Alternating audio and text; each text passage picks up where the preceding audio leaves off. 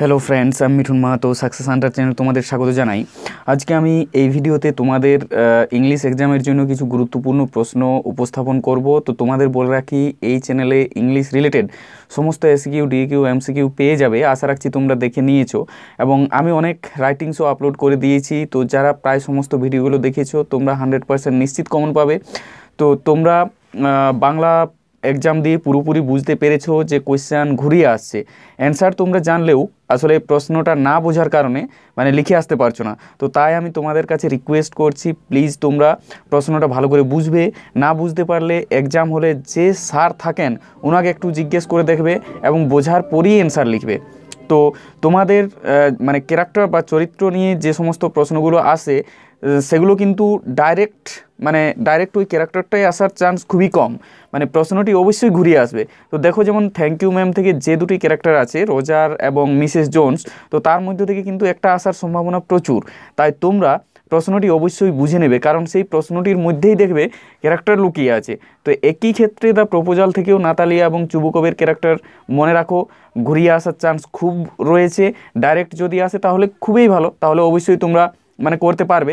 আর যদি না বুঝতে পারো তাহলে অবশ্যই তোমরা কিন্তু ডাইরেক্ট হয়তো এলো না যে নাতালিয়ার ক্যারেক্টার কিংবা তোমার চুবুকভের ক্যারেক্টার, সেখানে কিন্তু দেখবে একটা হয়তো লাইন তুলে দেওয়া রয়েছে এবং সেই লাইনে তোমাদের পরে যে বক্তার কী চারিত্রিক বৈশিষ্ট্য এখানে ফুটে উঠেছে, এইভাবে তোমাদের প্রশ্নটা দিয়ে দিয়েছে। তো সেক্ষেত্রে কিন্তু তোমাদেরকে অবশ্যই প্রশ্নটা বুঝতে হবে। আর এমসিকিউর ক্ষেত্রে এমসিকিউগুলো ভালো করে বুঝবে, কারণ কনফিউজিং অবশ্যই থাকে, কনফিউজিং কিছু কোয়েশ্চেন থাকে। যেমন ধরো আমি একটা বলছি, যেমন আমাদের যেটা ওই স্ট্রং রুটস থেকে রয়েছে, যে তোমাদের দিয়ে দিল the name of Abdul Kalam's mother was.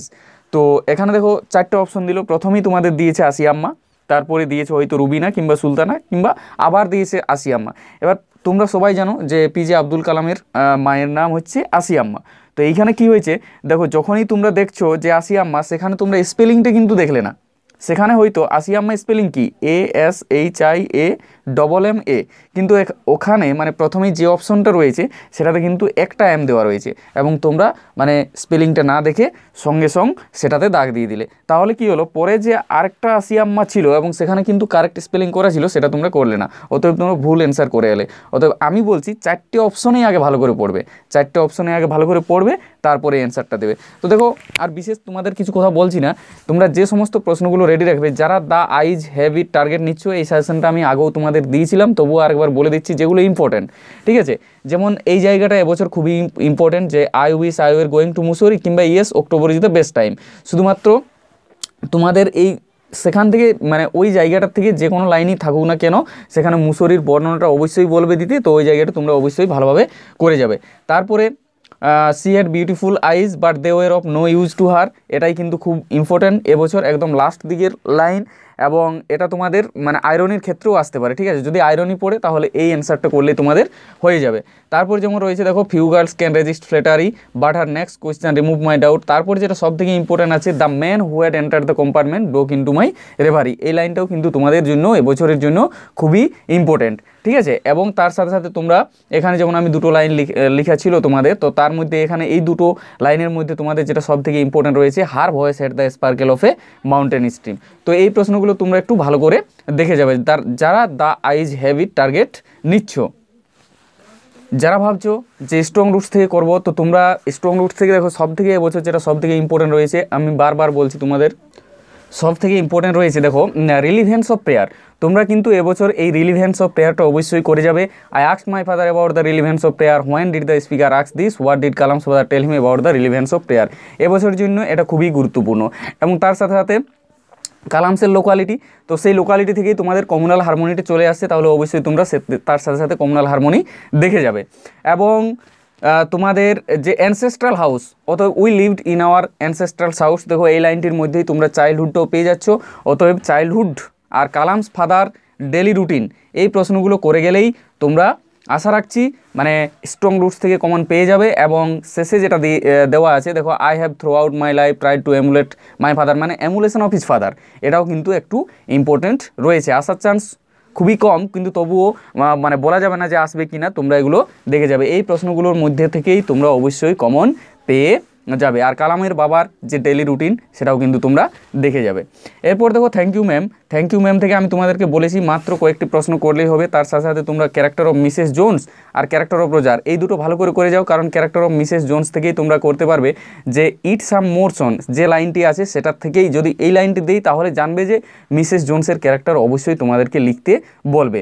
এবং হাউ রোজার transform into a good boy বা হোয়াই ডিড রোজার নট রান অ্যাওয়ে দো দ্য ডোর ওয়াজ ওপেন, এটা আমি তোমাদেরকে বারবার বলে আসছি, এটা কিন্তু আসার খুব চান্স মানে খুবই বেশি আর কি। তারপরে এই লাইনটি তোমাদের তুলে প্রশ্ন হতে পারে যে I wanted a pair of blue suede shoes কিংবা I am very sorry lady I am sorry. এটা তো খুবই ইম্পর্টেন্ট একটা প্রশ্ন, কারণ প্রচুর পরিমাণে তোমাদের এবিটিএ এবং ডাব্লিউবিটিএ এই লাইনটি দিয়েছে, অনেক স্কুলেই টেস্টে এই প্রশ্নটি রিপিট হয়েছে I am very sorry lady I am sorry. এবং তার সাথে সাথে sweat popped out from the boys face, এটা কিন্তু অতটা ইম্পর্টেন্ট নয়। যেটা আমাদের সব থেকে বেশি ইম্পর্টেন্ট হয়েছে যে লাইনগুলো সেটা হচ্ছে ইটস আ মোর সন আর I wanted a pair of blue suede shoes এবং I am very sorry lady I am sorry. দেখো 3 কোয়েশ্চেন থেকে যে সমস্ত আমরা ইম্পর্টেন্ট প্রশ্নগুলো করব, 3 কোয়েশ্চেনে এবছর সব থেকে ইম্পর্টেন্ট যে you have already been answered, who made this remark to whom, how has the jar been already answered. মানে হারমিট কীভাবে ওই জারের 3টি প্রশ্নের উত্তর দিয়েছিল এবং বলেছিল যে তুমি ইতিমধ্যে উত্তর পেয়ে গেছো, সেই ঘটনাটাই তোমাদেরকে লিখতে হতে পারে। একদম লাস্ট দিকের প্রশ্ন, খুবই ইম্পর্টেন্ট প্রশ্ন। এবং তার সাথে সাথে যে মানে how did the jar take care of the wounded man, মানে কীভাবে জার ওই যে মানে আহত ব্যক্তিটা ছিল বা সেই যে বিয়ার্ডেড ম্যান ছিল, দাড়িওয়ালা লোকটা ছিল, তার কীভাবে সেবা শুশ্রূষা করেছিল, এটাও কিন্তু খুবই একটা ইম্পর্টেন্ট প্রশ্ন। তার সাথে সাথে তোমরা দেখে যাবে যে কীভাবে মানে ওই যার সেই বিয়ার্ডেড মানে শত্রুতে পরিণত হয়েছিল এবং কীভাবে তাদের আবার পুনরায় বন্ধুত্ব হয়েছিল দুজনের মধ্যে। তো এই জায়গাটা করলেই তোমরা সেটা অ্যান্সারটা লিখতে পারবে, how did the jar take care of the wounded man. এবং তার সাথে সাথে এই লাইনটি দেখে যাবে you are tired forgive me এবং answers from the learn man. এটা দেখো অতটা ইম্পর্টেন্ট নয়, কিন্তু যেহেতু 1 বছরও আসেনি তাই আসার চান্স রয়েছে যে যার যে 3টি প্রশ্ন দিয়েছিল সেই 3টি প্রশ্নের উত্তরে সেই যে সমস্ত শিক্ষিত ব্যক্তিরা তারা কি উত্তর দিয়েছিল। আর এখানে দেখো আরেকটা লাইন তোমাদের তুলে দেওয়া আছে, here come someone running, who is the speaker, who was coming, why did he come running আর হোয়াট হ্যাপেন টু হিম। দেখো ওই মানে প্রথমে যে প্রশ্নটা রয়েছে যে how did the jar take care of the wounded man, তাহলে ওই জায়গাটা করলেই হবে, কারণ সে তো আহত হয়ে গিয়েছিল, সেই দ্য বিয়ার্ডেড ম্যানটা আসছিল এবং সে আসছিল কারণ জারের সেই যে বডিগার্ড ছিল তারা তাকে আঘাত করেছিল। তো এই সমস্ত প্রশ্নগুলো তোমরা একটু ভালো করে দেখে যাও। আর তার সাথে বলি তো দেখো আমি তোমাদেরকে আজকে মানে একটু মোবাইল থেকে দূরে থাকতে বলছি, মোবাইলে সময় নষ্ট না করাই ভালো, হ্যাঁ, কারণ সময় নষ্ট করতে আমি তোমাদেরকে একদমই বলবো না। তো তোমাদের সবারই খুব ভালো পরীক্ষা হোক, আমি অলমাইটির কাছে এই প্রার্থনাই করি, তোমাদের জন্য বেস্ট অফ লাক রইল।